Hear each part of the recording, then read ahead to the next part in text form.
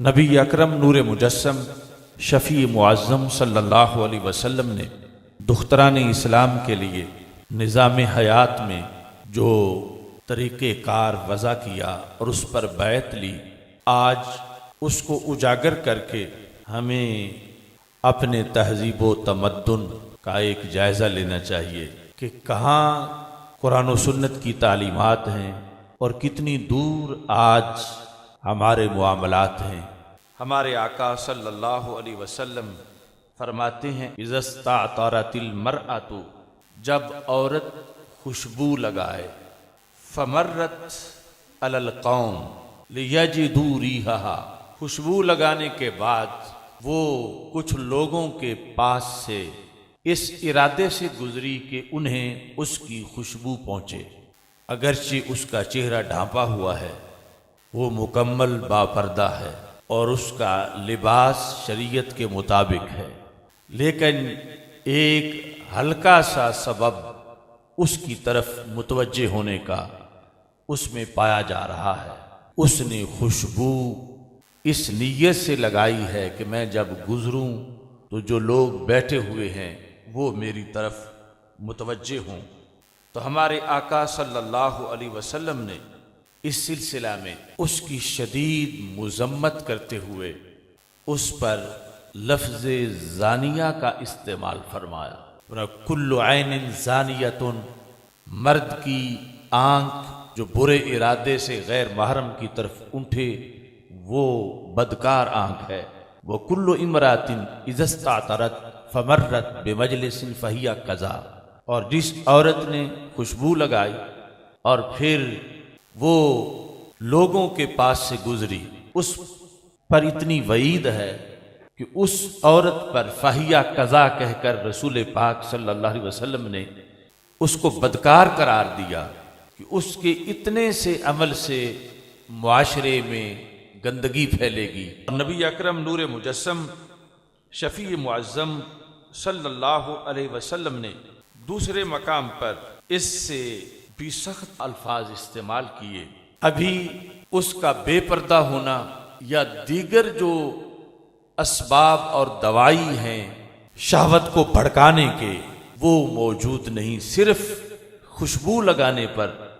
یہ وعید ہے۔ اس حدیث کو سامنے رکھ کر پھر آج کے حالات، عورتوں کا بازاروں میں جانا، میلوں ٹھیلوں کے اندر جانا، اور بالخصوص یہ جو عورت مارچ کا پروگرام جس کا مقصد ہی بے حیائی پھیلانا اور نظام اسلام سے بغاوت کرنا ہے، اسلام کے اندر اس کی کتنی سخت وعید ہے۔ ہمارے آقا صلی اللہ علیہ وسلم نے فرمایا جو عورت جمعہ کے دن گھر سے نکلی تاکہ مسجد جائے، میلے میں نہیں، بازار میں نہیں، وہ پارسا عورت ہے، مسجد میں نماز جمعہ کی ادائیگی کے لیے جانا چاہتی ہے مگر اس نے خوشبو لگا لی، وہ گلی سے گزر کے مسجد کی طرف جا رہی ہے،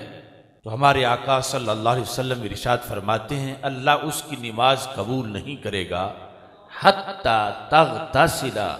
غسلہا من الجنابہ، یہاں تک کہ وہ ایسا غسل نہ کر لے جو جنابت کی وجہ سے کیا جاتا ہے، اس وقت تک اس کی نماز قبول نہیں ہو۔ حضرت ابو ہریرہ رضی اللہ تعالی عنہ نے ایک موقع پر لاقیت امرأ وجد منہا ریح الطیب، ایک عورت سامنے سے آئی اور اس سے خوشبو آ رہی تھی، تو حضرت ابو ہریرہ رضی اللہ تعالی عنہ نے کہا یا امۃ الجبار، اے اللہ کی بندی، جئت من المسجد، کیا مسجد سے تم واپس آ رہی ہو؟ حضرت ابو ہریرہ رضی اللہ تعالی عنہ کو جب اس سے خوشبو آئی، ظاہر ہے کہ وہ ویسے پردے میں تھی، اسلامی لباس تھا اور کسی برے کام پر نہیں، مسجد میں نماز کی ادائیگی کے لیے آئی ہوئی تھی۔ جب حضرت ابو ہریرہ رضی اللہ تعالی عنہ نے پوچھا جئت من المسجد، کیا تم مسجد سے واپس آ رہی ہو؟ قالت نعم، اس نے کہا ہاں۔ تو حضرت ابو ہریرہ رضی اللہ تعالی عنہ نے دوسرا سوال کیا وَلَهُ تَطَيَّبْتِ، یہ خوشبو تم نے مسجد کے لیے لگائی تھی؟ مسجد میں نماز کی ادائیگی کے لیے تم نے یہ خوشبو لگائی؟ قالت نعم، اس نے کہا ہاں۔ تو حضرت ابو ہریرہ رضی اللہ تعالی عنہ نے کہا انی سمعت حبی ابا القاسم صلی اللہ علیہ وسلم، میں نے اپنے محبوب حضرت محمد مصطفیٰ صلی اللہ علیہ وسلم سے سنا ہے، لا تقبل صلاة لامرأة تطیبت لہذا المسجد حتی ترجع فتغتسل غسلها من الجنابہ۔ میں نے رسول پاک صلی اللہ علیہ وسلم سے یہ سنا ہے کہ اللہ اس عورت کی نماز کو قبول نہیں فرماتا کہ جس نے مسجد آنے کے لیے خوشبو لگائی، یہاں تک کہ وہ واپس گھر جائے اور غسل کرے، جو کہ غسل فرض ہو جانے کی شکل میں مکمل غسل کیا جاتا ہے، ایسا غسل کر کے آئے گی تو پھر اس کی نماز قبول ہوگی، ورنہ اس کی نماز قبول نہیں۔